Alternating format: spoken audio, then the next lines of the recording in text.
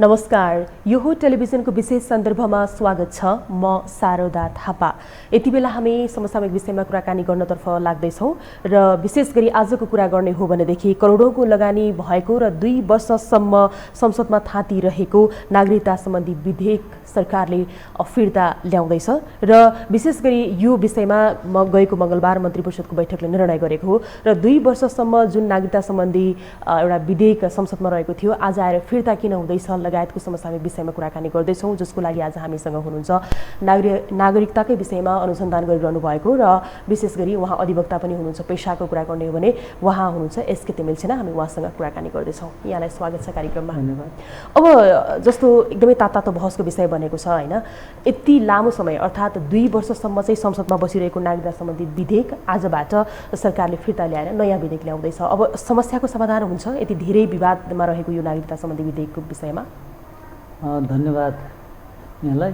यो 2 वर्ष होइन 4 वर्ष रह्यो प्रतिनिधि सभामा। 2075 साल साउन 22 गते त्यहाँ टेबल गरियो। 2075 साल। त्यस हिसाबले 4 वर्ष पुग्नै लाग्यो 4 वर्ष पुग्नै लाग्यो। 2 वर्षसम्म त राज्य व्यवस्था तथा सुशासन समितिमा यो छलफल भएपछि अहिलेभन्दा 2 वर्ष अगाडि प्रतिनिधि सभामा पुनः फिर्ता पठाइयो। त्यसपछि 2 वर्षदेखि पुनः प्रतिनिधि सभामा रहेको छ।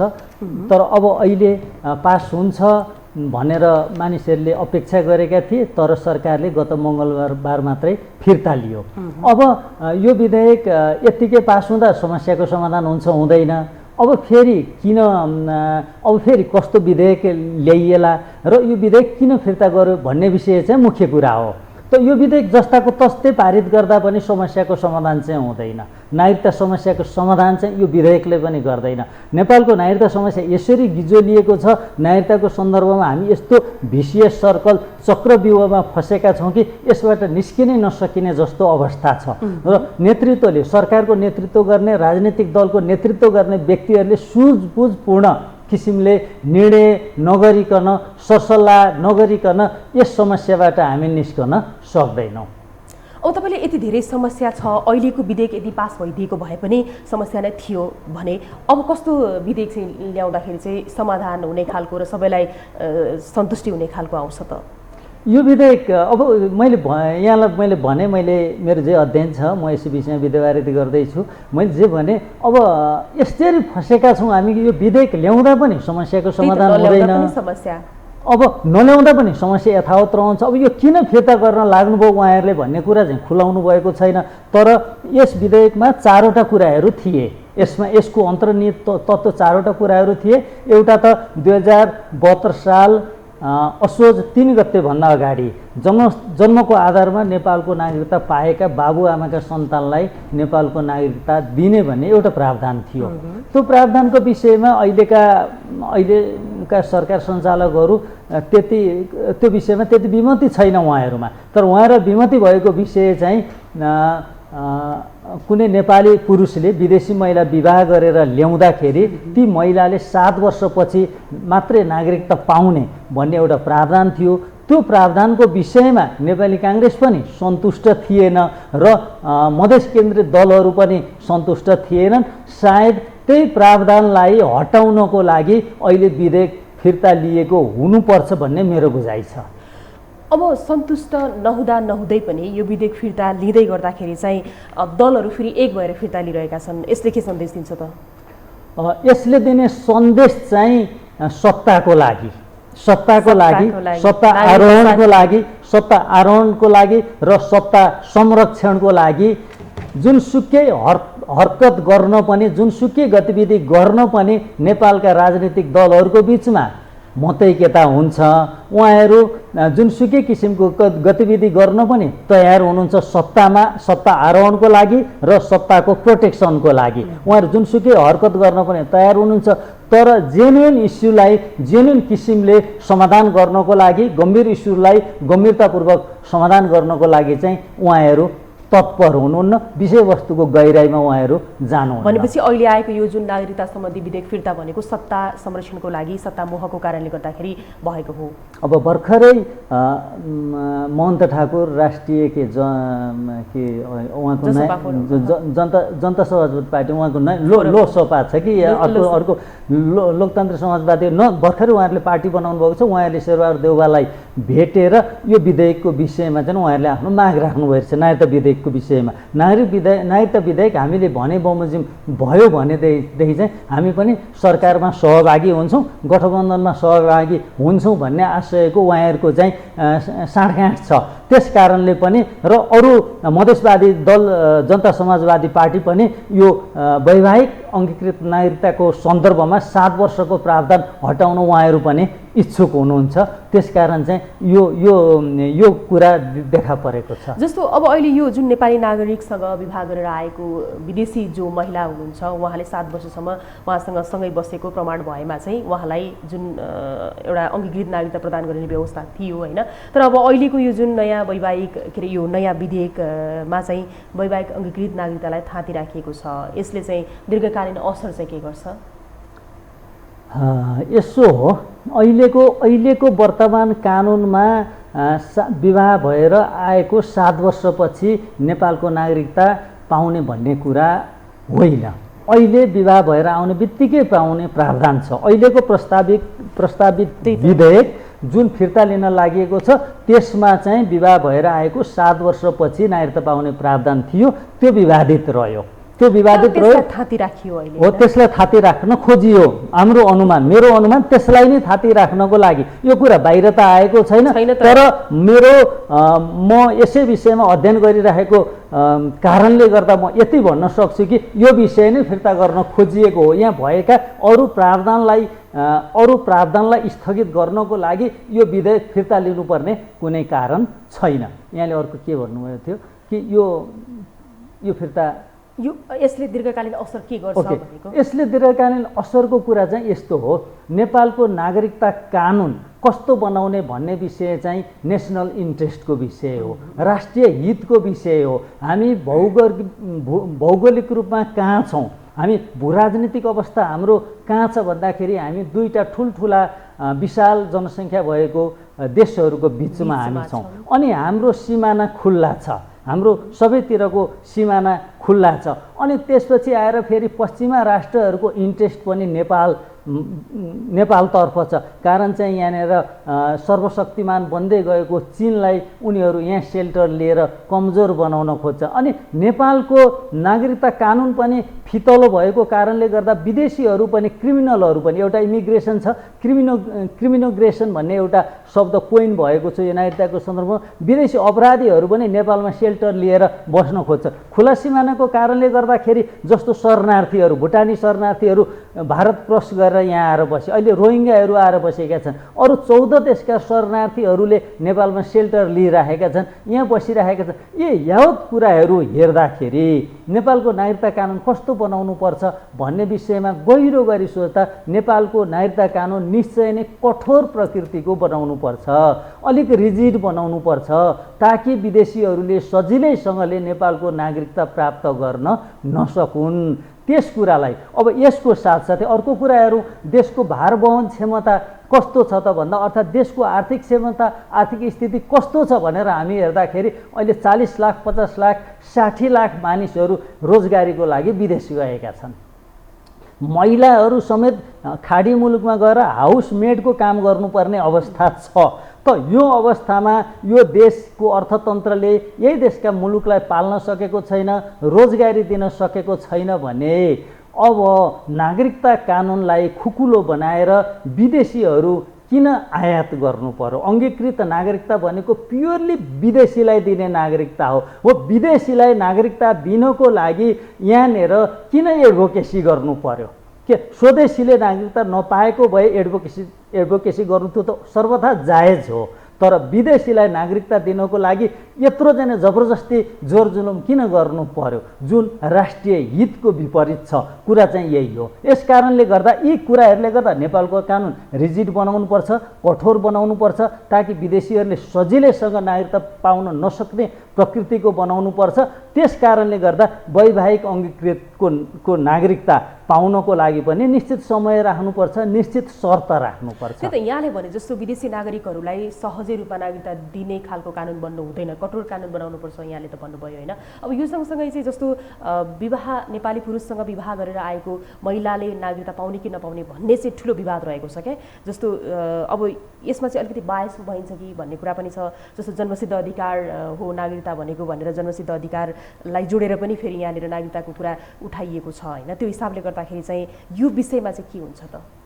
अब नागरिकता विदेशी महिलाले नागरिकता नपाउने भन्ने त कुरा भएन नि। जस्तो अब 7 वर्ष पर्खिनुपर्छ भन्ने जुन छ नि, अब यसमा अरू देशहरूको प्र्याक्टिस पनि हेरौँ न त। भारतीय सिटिजनसिप एक्टको दफा 5C के भन्नुहुन्छ भनेदेखि त्यहाँनिर विवाह भएर गएको 7 वर्षपछि मात्रै नागरिकताको लागि दरखास्त दिन पाइन्छ। अनि त्यसपछि आएर मालदिभ्सको कुरा त 12 वर्षको छ। अब अमेरिका सबभन्दा चाहिँ खुकुलो सिटिजनसिप ल भएको देश, एउटा सर्वशक्तिमान देश हो। त्यहाँ जन्मने बित्तिकै नागरिकता पाइन्छ। उसले विदेशी नागरिक समेत आयात गर्छ डाइभर्सिटी भिसा अन्तर्गत। त्यस्तो मुलुकमा पनि वैवाहिक अङ्गीकृत नागरिकता पाउनको लागि अन्य शर्तको अलावा 3 वर्ष बस्नै पर्छ। अर्थात् एउटा विदेशी व्यक्ति अर्थात् महिला नेपालमा विवाह भएर आइसकेपछि त्यो व्यक्तिले नेपालको चलन चल्तीको अर्थात् नेपालको सरकारी कामकाजको भाषा जान्नु पर्दछ कि पर्दैन? भाषा जान्नु पर्दछ नि। त्यो भाषा सिक्ने समय पनि चाहिन्छ, यहाँको कल्चर बुझ्नुपर्छ, अनि त्यसपछि आएर यहाँको राजनीतिक प्रणाली बुझ्नुपर्छ, अनि त्यसपछि आएर उसले चाहिँ त्यो व्यक्ति चाहिँ नेपालको सार्वभौमसत्ता, भौगोलिक अखण्डता, राजनीतिक स्वतन्त्रताप्रति ऊ निष्ठावान भएको हो कि होइन, ऊ निष्ठावान छ कि छैन भन्ने लगायतका कुराहरू त देखिनु पर्दछ नि त। आउने बित्तिकै नागरिकता दिने भन्ने कुरा त अति लिबरल कुरा भएन? यसरी हाम्रो मुलुक कहाँ पुग्छ? यही विषयलाई लिएर मधेसवादी दलहरूले किन पटक पटक विवाद निकालिरहेका छन्, जबकि यो यहाँले अघि पनि भन्नुभयो होइन तुरुन्तै नागरिकता दिइहाल्नुपर्छ भन्ने उहाँहरूको मान्यता छ र माग पनि त्यही नै हो। त्यो हिसाबले गर्दाखेरि मधेसवादी दलहरूको स्वार्थ के हो? मधेसवादी दलहरूको स्वार्थ उहाँहरूको स्वार्थ एउटा चाहिँ उहाँहरू छिमेकमा उहाँहरूको माओली कतिको उतै छ, कतिको ससुराली उतै छ। त्यस कारणले गर्दा कतिको घर उतै छ, कतिको दाजुभाइ दिदीबहिनीहरू उतै छन्, दाजुभाइहरू पनि भतिजा भतिजीहरू पनि उतै छन्। त्यस कारणले कतिपय एउटा स्वार्थ चाहिँ तिनीहरूलाई पनि यता नागरिकता दिलाउन पाए हुन्थ्यो भन्ने एउटा स्वार्थ त्यो छ। अर्को एउटा दहेजको स्वार्थ छ। अनि अर्को दहेजको स्वार्थ अनि हाम्रो यो सीमा एरियाका व्यक्तिहरूले उता सीमा पार विवाह गर्दाखेरि प्रशस्त दाइजो तिलक प्राप्त गर्ने एउटा प्रणाली छ। एउटा त्यो लोभले पनि उहाँहरू त्यतातिर पनि लोभिनु भएको छ। अनि उहाँहरू आफै बोल्नुहुन्छ कि कसैको इसारामा बोल्नुहुन्छ भन्ने कुरा पनि एउटा प्राथमिक विषय छ र छिमेकी मुलुकको स्वार्थले पनि यहाँ काम गरिराखेको हो कि भन्ने देखिन्छ। छिमेकी मुलुकको स्वार्थले पनि काम गरिरहेको हो कि भन्ने शङ्का। अर्कोतिर चाहिँ मधेसवादी दलहरूले आफ्नो अडान नछोड्ने होइन, तुरुन्तै नागरिकता पाउनुपर्छ भन्ने कुरा पनि भयो। र यो बिचमा चाहिँ मधेसवादी दलका जति नेताहरू रहेका छन्, अब यिनीहरूको नागरिकता चाहिँ नेपाली होइनन्, इन्डियन हुन्, यिनीहरूले चाहिँ आएर यसरी यहाँ राज गरिरहेका छन्। त्यो भएको हुनाले गर्दाखेरि देशलाई छेदविच्छेद बनाउनको लागि यो नागरिकतासँग सम्बन्धित विषयलाई निकालेर जहिले पनि विवाद गरिरहन्छन् भन्ने आरोप उहाँहरूलाई छ। यसमा चाहिँ के भन्नुहुन्छ तपाईँ? केही मधेस सबै भन्न मिल्दैन, कसैको त पुरै आएको छ नि त, सबैलाई भन्न मिल्दैन। अब केही मधेसी नेताहरूको नागरिकताको विषयमा प्रशस्त प्रश्न चिन्हहरू उठेका छन्। उहाँहरू प्रश्नको घेरामा हुनुहुन्छ। उहाँहरूले आफ्नो सफाई शङ्कारहित किसिमले पेश गर्न सक्नुभएको छैन। तर त्यति हुँदै पनि तराईमा पनि फेरि हामीले त्रेता युगको कुरा गऱ्यौँ भनेदेखि, रामायणकालीन समयको कुरा गऱ्यौँ भने सीताको विवाह जनकपुरमा भएको थियो। अर्थात् जनकपुर भन्ने राज्य आदिकालमै थियो।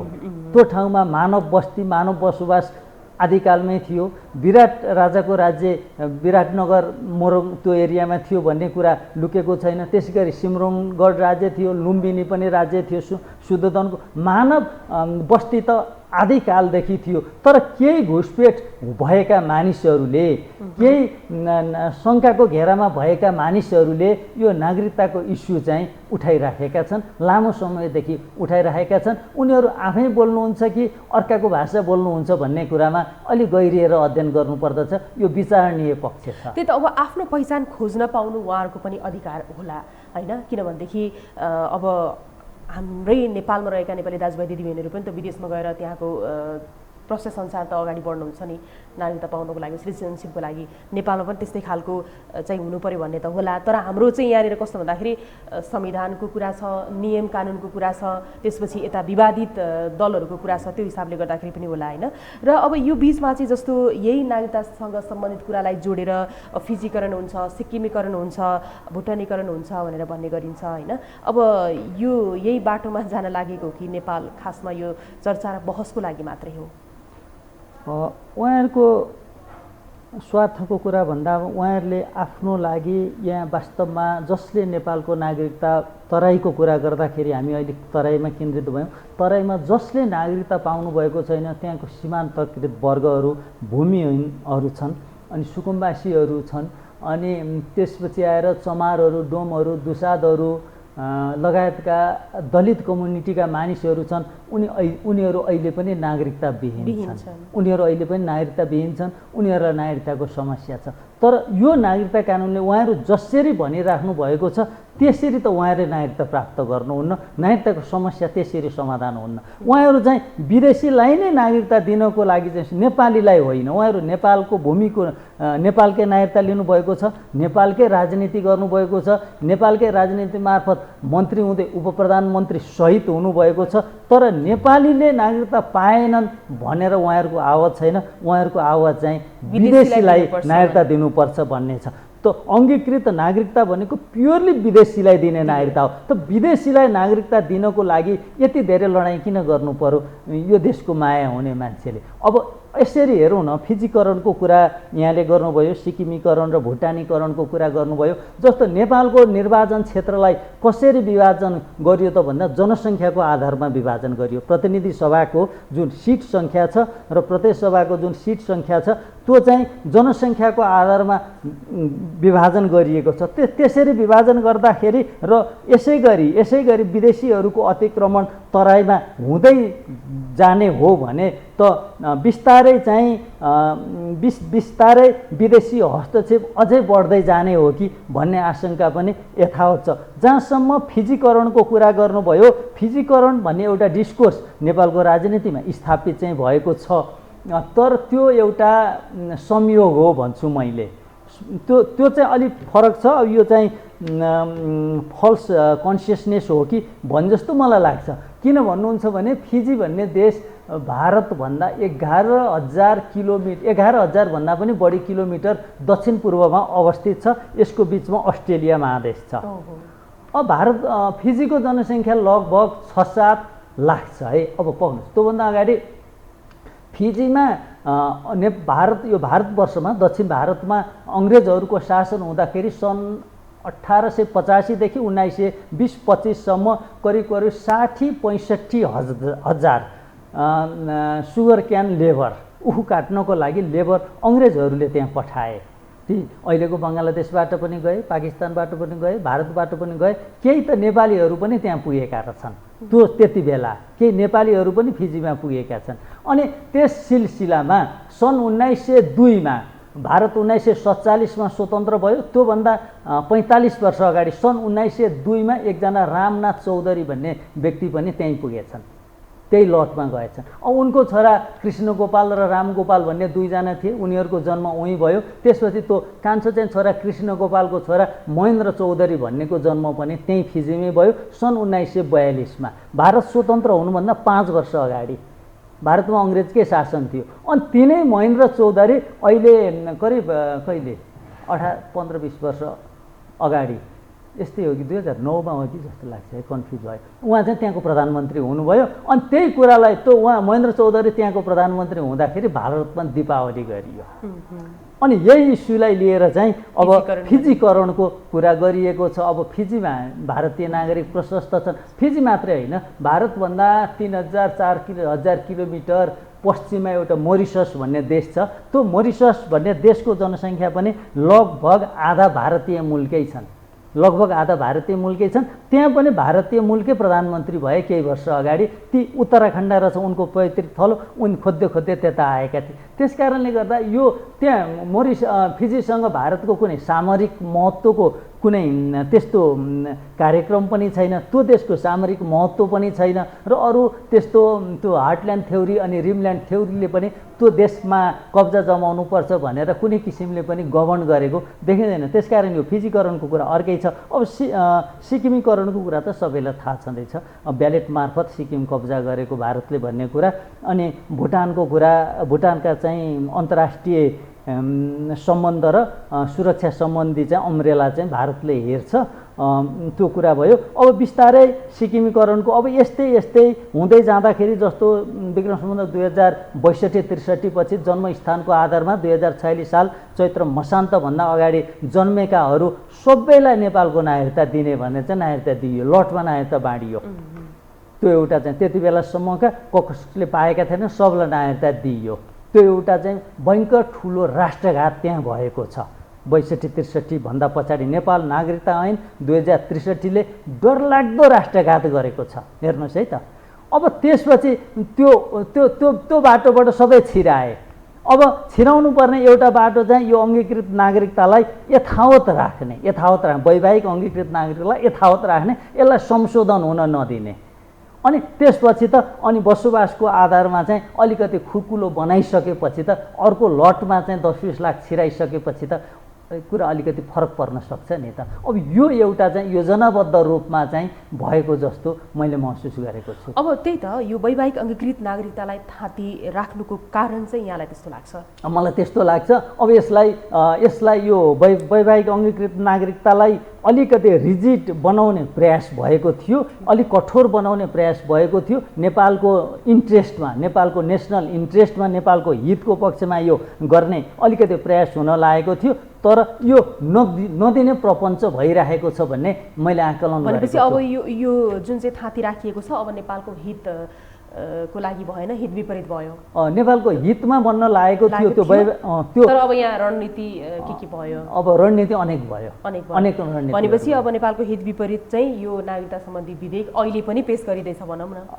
यसो छ, यसमा यस्तो चक्रव्यूहमा हामी फसेका छौँ कि के हो भनेर मान्छेलाई बुझाउन पनि एकदमै गाह्रो। यो विधेयक जस्ताको तस्तै सबै पास गर्ने हो भने पनि अब हेर्नुहोस् त्यो जन्मस्थानको आधारमा नागरिकता लिएका छन्। नेपालको संविधान 2072 जारी हुनुभन्दा अगाडि लिएकाहरूलाई नागरिकता दिँदाखेरि पनि विदेशीहरूले, त्यति बेला विदेशीहरूले पनि नागरिकता लिएका छन्, स्वदेशीहरू पनि छन्। त्यहाँ चाहिँ वंशजको आधारमा नेपालको नागरिकता प्राप्त गर्ने नेपालीहरूलाई पनि जन्मस्थानको आधारमा नागरिकता दिइयो त्यहाँ।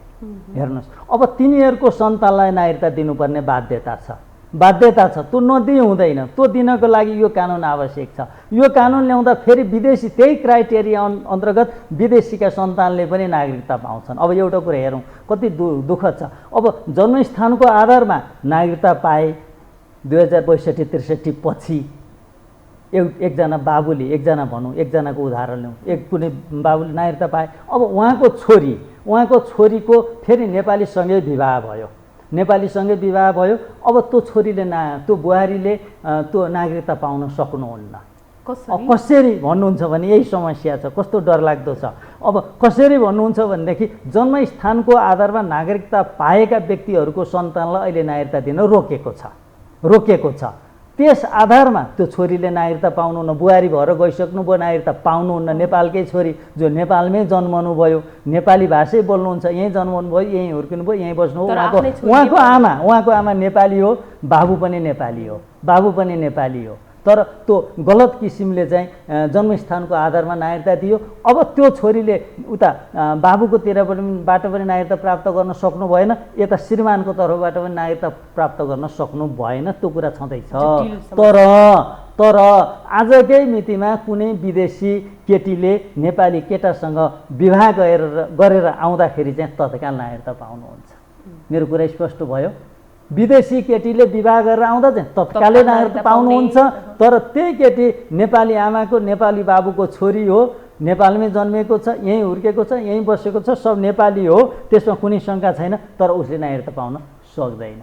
समस्या कति जटिल छ। यो पास नगर्दा पनि समस्या छ, पास गर्दाखेरि त्यति बेला केही विदेशीहरूले नागरिकता लिएका छन्, उनीहरूले पनि नागरिकता पाउँछन्। यस्तो गन्जागुल जुन हाम्रो नेपालको कानुन छ होइन नागरिकता सम्बन्धी, र यसलाई सुल्झाउनतर्फ नलागेर यो पटक पटक किन विवादास्पद रूपमा चाहिँ विधेयक भनेर संसदमा पेश गर्ने, कहिले कहिले फिर्ता लिने, कहिले पास गराउने भन्ने यो जन्जाल किन चलिरहेको छ? यो अस्थिर शासन प्रणाली हो। मैले देखेको एउटा कारण अस्थिर शासन प्रणाली पनि भन्नुभयो। जस्तो अस्थिर भए पनि स्थिर भए पनि शीर्ष दलका जो हो देशलाई हाँक्छु भने, जो हो देशलाई बनाउँछु भन्ने उहाँहरूकै हातले र उहाँहरूकै पहुँचमा गर्ने न हो यो।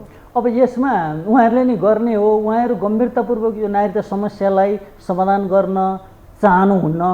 किन चाहनुहुन्न, किन भन्ने प्रश्नको उत्तर अलिक जटिल छ। यसमा विदेशीहरूकै इसारा छ कि विदेशीहरूकै खेल छ कि विदेशीहरू नै यो समस्या सुल्झाउन दिँदैनन् कि भन्ने कुरामा प्रशस्त बुझ्नको लागि प्रशस्त स्पेस छ त्यहाँनिर चाहिँ। उहाँहरू पनि शङ्काको घेरामा हुनुहुन्छ। सबैजना शङ्काको घेरामा। दलका नेताहरू नै शङ्काको घेरामा हो। शीर्ष दल त्यसो भने नि जस्तो राष्ट्रका शीर्ष दलका नेताहरू जिम्मेवार छैनन् के भन्ने यसलाई? नागरिकताको इस्युमा उहाँहरूले गम्भीरतापूर्वक लिनु पनि भएको छैन। मलाई लाग्छ नागरिकता के हो भन्ने कुरा उहाँहरूले बुझ्नु पनि भएको छैन।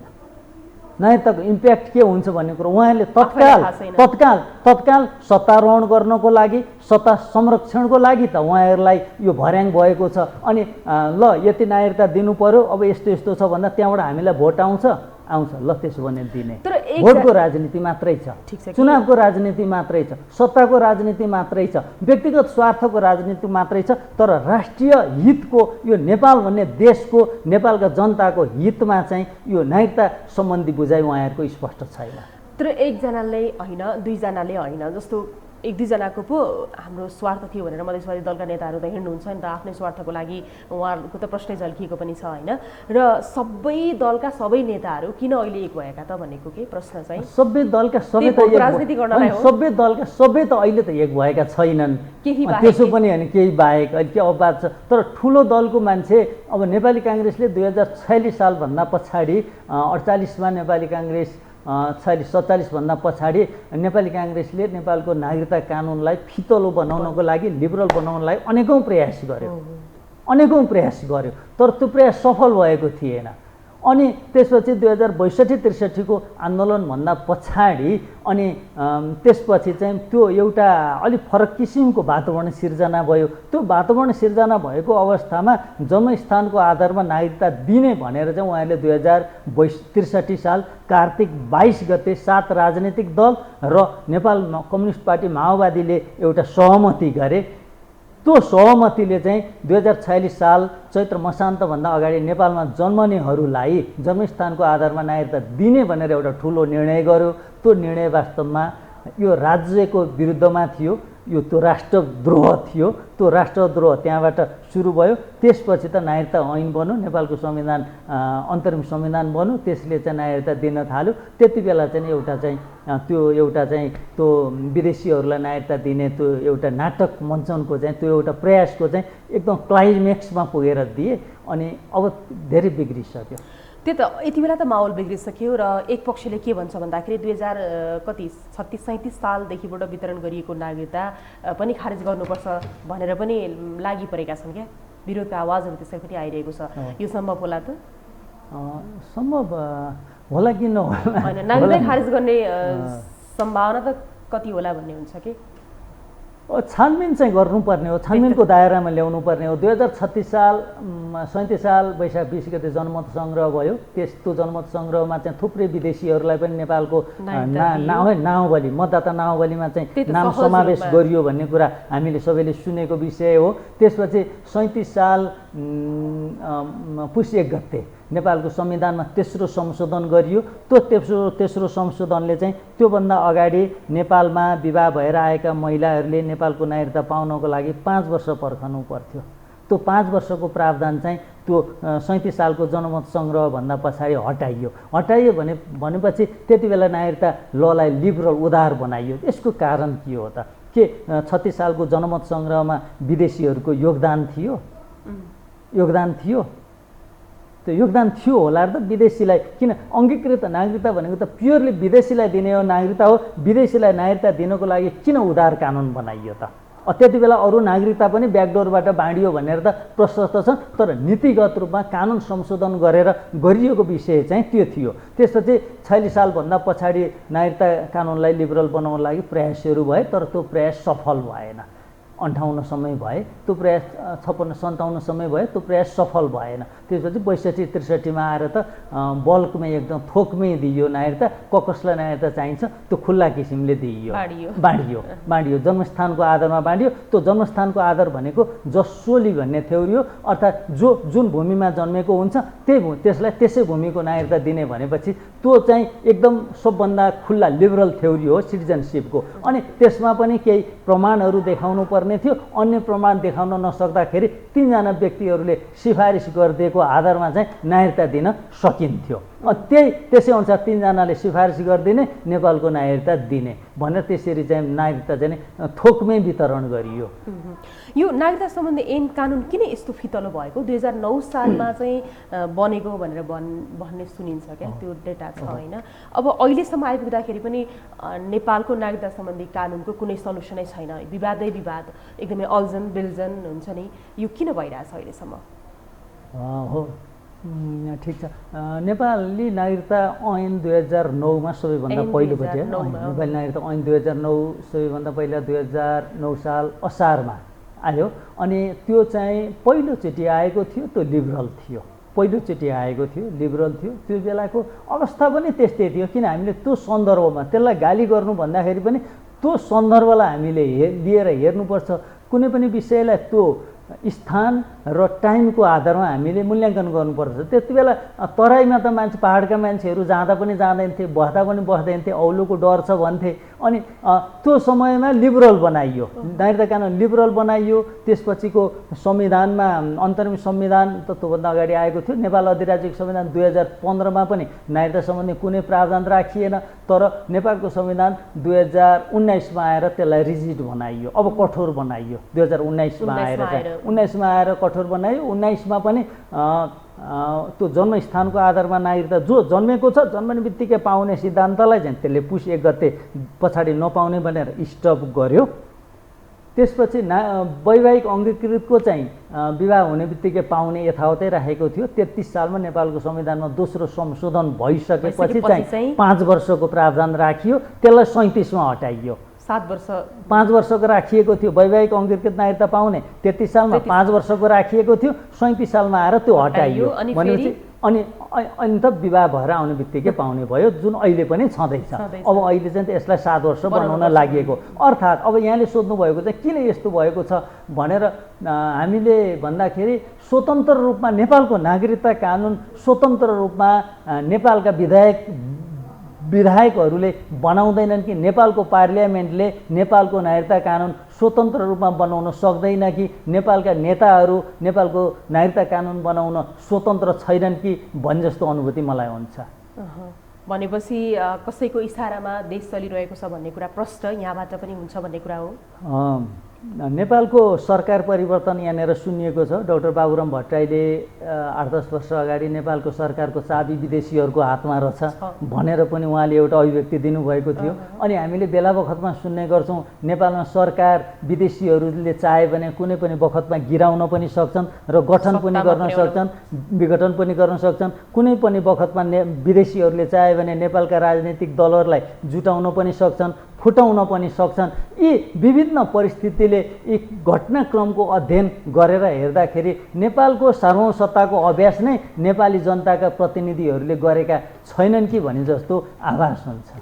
यो समस्या एकदमै जटिल रहेको जटिल छ र यो जुन वैवाहिक अंगीकृत नागरिकताको विषयलाई नै आज हामी अलिकति चिरौँ पनि होला। जुन यो 7 वर्षको समयावधि राखिएको छ नेपाली पुरुषसँग विवाह गरेर आइसकेपछि यो एउटा नागरिकता पाउनको लागि आफ्नै देशको बुहारी भइसकेपछि 7 वर्ष चाहिँ कुर्नुपर्ने किन हो फेरि? 7 वर्ष कुर्नुपर्ने किन बनाउनु पर्यो भन्दाखेरि चाहिँ यो किनको उत्तर चाहिँ नेपालको यो देशको नेसनल इन्ट्रेस्ट के हो? नेसनल इन्ट्रेस्ट हेर्दाखेरि बुहारीले होइन, बुहारी एउटा भावनात्मक कुरा भयो, त्यो विदेशीले पाउने हो, विदेशीले पाउने हो होइन। यसरी बुझौँ न म्याडम यसलाई, हामीले विदेशी बुहारी ल्याउनको लागि इन्करेज गर्ने कि डिस्करेज गर्ने कुरा यसो हो। हाम्रो नेसनल इन्ट्रेस्टले नेपालको अर्थतन्त्रको कुरा गर्दा, नेपालको सार्वभौमसत्ताको कुरा गर्दा, नेपालको रोजगारी र बेरोजगारीको स्थितिको कुरा गर्दाखेरि हामीलाई के जनसङ्ख्या थप्नु परेको छ कि छैन? जनसङ्ख्या थप्नु परेको छ भनेदेखि यसलाई खुकुलो बनाउनु पर्यो, होइन जनसङ्ख्या थप्नु परेको छैन भनेदेखि होइन हाम्रो कानुन यस्तो छ तपाईँहरू सावधान रहनुहोस् 5-7 वर्षपछि मात्रै पाइन्छ भन्नुको अर्थ त के हो भने डिस्करेज गरेको हो नि त। डिस्करेज गर्ने कि इन्करेज गर्ने? डिस्करेज गर्ने हो। त्यस कारणले यो डिस्करेज गरेको हो, बुहारीलाई नागरिकता नदिने भन्ने विषय त होइन। विदेशीले नेपालको नागरिकता लिन नसकुन्, नेपालकै जनसङ्ख्या पर्याप्त छ, यही जनसङ्ख्यालाई नेपालीले पाल्न सकेका छैनन्, नेपाल देशले पाल्न सकेको छैन, यही रोजगारी दिन सकेको छैन। अब अहिले जनसङ्ख्याको रेसियो हेर्ने हो भनेदेखि 1,49,00,000 जनसङ्ख्या महिलाको छ, 1,43,00,000 जनसङ्ख्या पुरुषको छ। 2% जनसङ्ख्याको डिफ्रेन्स छ महिला र पुरुषको बिचमा। तर महिलाको जनसङ्ख्या 1,49,00,000 छ अनि पुरुषको जनसङ्ख्या 1,43,00,000 छ। लगभग 6 लाख जनसङ्ख्या महिलाको बढी छ भनेदेखि त नेपाली पुरुषको नेपाली महिलासँग विवाह गर्न त यहाँ यो जनसङ्ख्याको त्यसो हो भने यसलाई पनि त ऐन कानुनमा ल्याउनु पर्ला नि त, विदेशीसँग विवाह गर्न पाइँदैन भन्ने नियम त ल्याउनु पर्ला नि। मान्छेको त विवाह स्वतन्त्रताको कुरा होला, आफ्नो होइन व्यक्तिगत इन्ट्रेस्टमा पनि पर्ला त्यो कुरा होइन के हो? विवाह गर्न पाउँदैन भनेर त भनेको छैन, तर सापेक्षित रूपमा हेर्दाखेरि संसारका अरू देशको नागरिकता कानुन, वैवाहिक नागरिकता कानुन अर्थात् नेचुरलाइज्ड सिटिजनसिपको वैवाहिक अङ्गीकृत नागरिकताको कुरा गर्दा संसारका अरू मुलुकहरूले पनि हामीले उदाहरणमा लिन सकिने मुलुकहरूले पनि जाने बित्तिकै एक हातमा सिन्दुर अनि अर्को हातमा सिटिजनसिप भन्ने जुन एउटा डिस्कोर्स छ त्यस अनुकूलको छैन। केही समय उहाँहरूलाई पनि केही भाषा सिक्नको लागि, उहाँहरू असल गुड क्यारेक्टरको हो भन्ने कुरा देखाउनको लागि र उहाँहरूको यो देशप्रति निष्ठा छ भन्ने देखाउनको लागि केही समय लिनु त के अनुचित हुन्छ र? अब एउटा नेपालमा कुनै बच्चा जन्मन्छ उसले पनि त नेपालको नागरिकता लिनलाई 16 वर्षसम्म त पर्खनु पर्छ नि। 16 वर्ष नपुगी त नागरिकता पाउँदैन नि, 10 वर्षमा त नागरिकता पाउँदैन, 13 वर्षमा त नागरिकता पाउँदैन, 15 वर्षमा पनि नागरिकता पाउँदैन, उसले पनि 16 वर्ष पर्खनु पर्छ नि। भनेपछि ल विदेशबाट आएको एउटा मान्छेले केही वर्ष पर्खनु पर्यो, तर अन्य नागरिकता नपाउँदाखेरि अन्य राइटको प्रयोग गर्न त रोकेको छैन। तर विदेशबाट आउने एकजना मान्छेले आउने बित्तिकै नेपालको राजनीतिक अधिकारको प्रयोग गर्न पाउने, सार्वभौमसत्ताको राजनीतिक अधिकार भनेको सार्वभौमसत्ताको प्रयोग गर्ने अधिकार हो, राजनीतिक अधिकारको प्रयोग गर्न पाउने भन्ने कुरा चाहिँ केही समय पर्खेर गर्नुपर्ने हो, राजनीतिलाई बुझेर राजनीतिक अधिकारको प्रयोग गर्न पाउनुपर्ने हो भन्ने विषय हो यो। अब अहिले जुन चाहिँ यो सरकारले विधेयक फिर्ता ल्याएर जुन नयाँ विधेयक ल्याउँदैछ नि, अब यसको कारण चाहिँ के भन्न सकिन्छ? यहाँले भने जस्तै त्यही सत्ता मोह र सत्ता संरक्षणको लागि मात्रै हो? अरू के हुनसक्छ? हामी पर्गेलौँ न, अरू कारण के हुनसक्छ त? उहाँहरूको अब मलाई लाग्छ यही वैवाहिक अङ्गीकृत नागरिकता को प्रावधानले केही मानिसहरूलाई टाउको दुखेको थियो, त्यही त। केही टाउको दुखेको थियो। त अहिले आजका मितिसम्म आइसकेका मान्छेहरूले त आजकै मितिसम्म वैवाहिक अङ्गीकृत नागरिकता पाइसके नि त, पाइसके नि त होइन। हिजोसम्म आएकोले त आज त पाए नि त वैवाहिक। अब को आउँछ को आउँदैन भनेर अब विदेशीहरू विवाह गरेर आउँछन्, तिनीहरूलाई चाहिँ अहिले प्रोटेक्सन गर्नुपर्छ भनेर किन भन्नु पर्यो? अब हाम्रो आर्थिक अवस्था, हाम्रो बेरोजगारी र रोजगारीको अवस्था, देशको भू राजनीतिक अवस्था, यो जनसाङ्ख्यिक अवस्था, यो सार्वसत्ताको अवस्थाको मूल्याङ्कन गर्दाखेरि विदेशी नागरिकलाई नेपालीमा बिहे गरेर आउनको लागि डिस्करेज गर्नुपर्छ अर्थात् निरुत्साहित गर्नुपर्छ भन्ने कुरामा के खोट छ र? अब अहिले यो जुन नागरिकता सम्बन्धी विधेयक पास हुन्छ भनेर एउटा पक्ष बसिरहेको अवस्थामा यसरी फिर्ता ल्याइँदाखेरि यो 2-3 वर्ष 4 वर्ष भनौँ होइन, यो यति समयसम्म लागेको जनशक्ति, यत्रो खर्च होइन, यो कसले बेहोर्छ त? फेरि देशलाई त घाटा भयो नि होइन? घाटा भयो। यो समयमै छलफल गरेर 4 वर्ष भइसक्यो। सहज रूपमा निष्कर्ष आयो।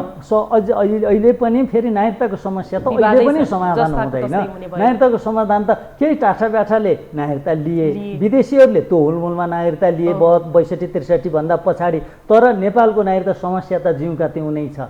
नेपालको नागरिकता समस्या त समाधान भएको छैन, तर यसले हुनेवाला पनि छैन। र यो वैवाहिक अङ्गीकृत नागरिकताको त्यो प्रावधान झिकिदिँदाखेरि अब विदेशबाट विवाह गरेर नेपाल आउने महिलाहरूले यथावत तत्काल नागरिकता पाउनुहुन्छ। किन? एक्जिस्टिङ ल त छँदैछ नि नागरिकता दिने त, विवाह भएर आउने बित्तिकै नागरिकता दिने कानुन त छँदैछ। अनि अर्को चाहिँ अब